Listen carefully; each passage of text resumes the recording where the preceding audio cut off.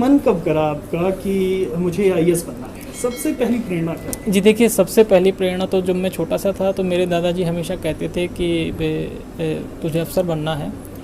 तो तब मुझे नहीं पता था कि क्या आईएएस होता है, क्या अफ़सर होता है, क्योंकि हमारे घर में से भी कोई ऐसे जॉब सर्विस पे नहीं था। और धीरे धीरे जैसे जैसे स्टेप बाय स्टेप आगे बढ़ते गए, चीज़ों के बारे में पता चलता गया।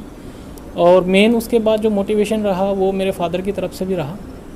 उन्होंने भी जब मेरे को ऐसा फील हुआ कि मैं शायद इसमें नहीं कर पाऊँगा या जॉब के साथ मैं तैयारी नहीं कर सकता, तो उन्होंने मुझे बड़ा मोटिवेट करा।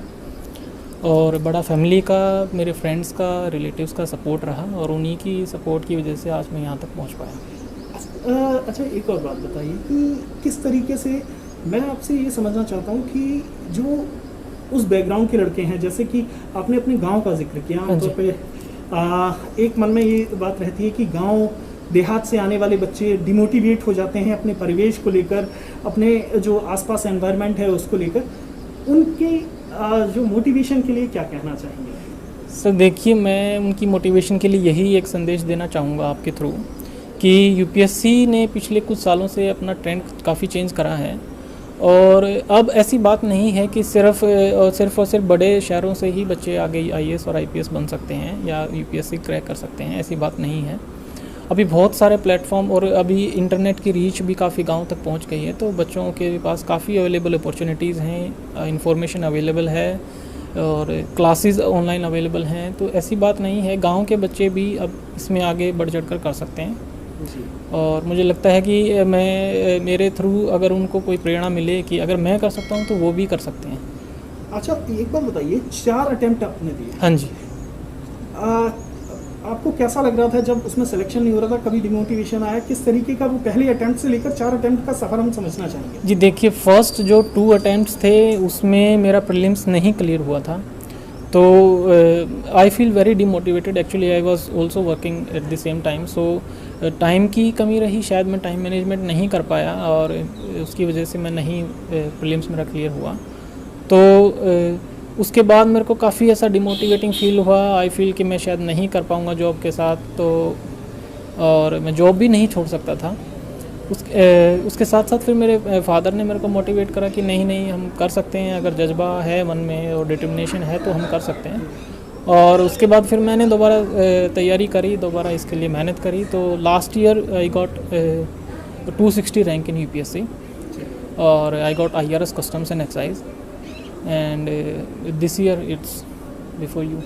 अच्छा, जो आपकी गांव में या फिर हरियाणा के और दूसरे बच्चे हैं, आप क्या कहना चाहेंगे कि किस चीज़ पर टाइम मैनेजमेंट किस तरीके से हो, किस तरीके से फोकस करें?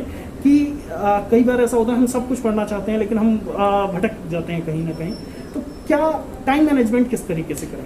जी देखिए, इसके बारे में मैं बिल्कुल आपके थ्रू एक संदेश देना चाहूँगा। अभी यूपीएससी का क्या रहता है जो बहुत सारे एस्पिरेंट्स के लिए, और मैंने भी ये फील करा है, एक्सपीरियंस करा है कि बहुत सारा सिलेबस ऐसा है और सिलेबस इतना ओपन एंडिंग है जिसकी वजह से मार्केट में information is too much there.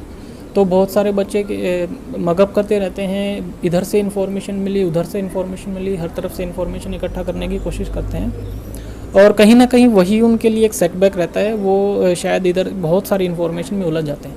मुझे लगता है इसका एक जो मेन मंत्र है वो है कि लेस इज़ मोर।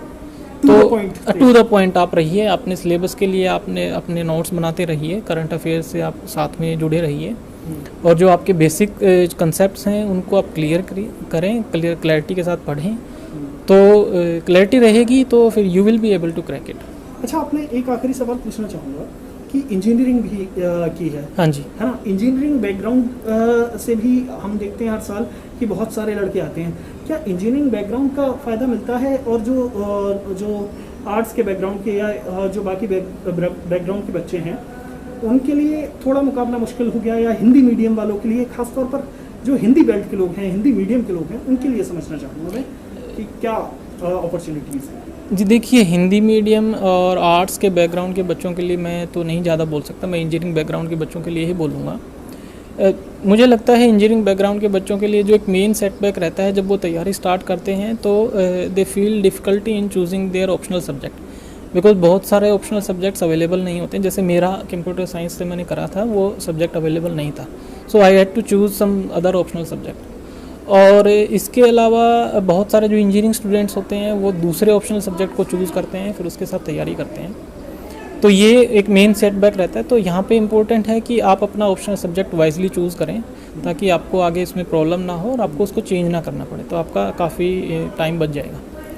तो और बाकी आर्ट्स, और मुझे लगता है कि यूपीएससी सबको एक इक्वल फुटिंग प्रोवाइड करता है। ऐसा नहीं है कि सिर्फ इंजीनियरिंग बैकग्राउंड या डॉक्टर बैकग्राउंड या मेडिकल से ही बच्चे इसमें पास हो सकते हैं। हर बैकग्राउंड से बच्चे आते हैं और हर कस्बे से बच्चे इसमें इसको क्लियर करते हैं, इसमें सफलता पाते हैं। एक और कि आपका जो कितनी क्षमता के साथ, क्योंकि सक्षम हैं ही आप, तो जब अब अधिकारी बनने के बाद क्या आपका मकसद है कि किस तरीके से चीज़ों को और बेहतर करने की कोशिश करेंगे? क्या कुछ सोचा होगा कि अधिकारी बनने के बाद ये करेंगे? जी देखिए, मेरा आप अगर पर्सनल लेवल पे जानना चाहते हैं तो मैं ये कहना चाहूँगा कि मेरा एक ड्रीम है, I want to do some work in education sector. क्योंकि मेरी एक सोच है, मुझे लगता है कि शायद हम अगर शिक्षा के क्षेत्र को आगे बढ़ा सकें तो ये हमारे आगे आने वाली जनरेशन्स के लिए काफ़ी हेल्पफुल होगा। हमारे बहुत सारे टारगेट्स हैं, हम आगे एक बड़ा एक सुपर पावर के रूप में आना चाहते हैं विश्व में। तो मुझे लगता है कि अगर हम अपनी एजुकेशन को क्वालिटी एजुकेशन बना सकें, और कुछ ऐसे बच्चे हैं गरीब या पिछड़े वर्ग से जो बच्चे हैं जो उन तक एजुकेशन नहीं पहुंच पा रही है, तो बहुत सारी सरकार की योजनाएं हैं, स्कॉलरशिप्स हैं, बहुत सारे उनको प्रोत्साहन देने की स्कीम्स हैं, तो वो उन तक लाभ पहुंचे, वो भी शिक्षा के क्षेत्र में आगे बढ़ें और समाज में समाज के विकास में, देश के विकास में योगदान दें। शुक्रिया आपसे। Thank you.